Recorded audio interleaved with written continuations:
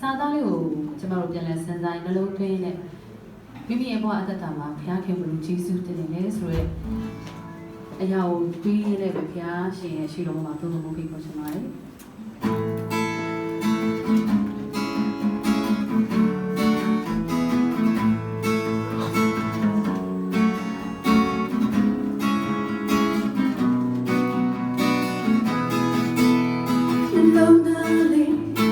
ฉันคงจะได้ที่สุดชีวาไลฟ์มาโอ้แต่ตาเนี่ยอะไรยังไม่ได้เลิกชมตัวชีโอ้โอ้ฉันสับปีแต่ตาแต่ยังที่สุดสยามเอามาโอ้ปีเกตาเรเล่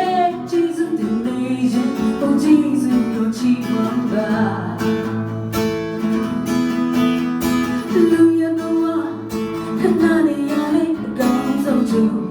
လာရအောင်ပါပဲဘယ်လိုပဲဖြစ်ဖြစ်အရာရဲ့မြတ်တာစဉ်းစားကြည့်ပါဦးဟုတ်လို့တိုင်းလေမြတ်တာရှိရဲ့ကျေးဇူးကိုဒီတဲ့ရှင်လေးရရှိခဲ့ယူတဲ့ကျေးဇူးတွေကိုဘုရားဆုံးနဲ့ရှိပါပါ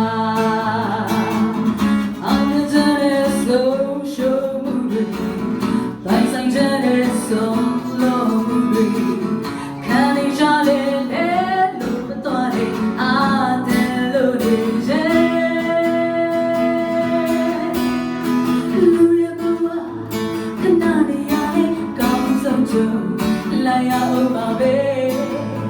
ဘယ်လိုပဲဖြစ်ဖြစ်အရာရဲ့မြတ်တာစဉ်းစားကြည့်လိုက်အောင်ဟုတ်လို့တိုင်းရဲ့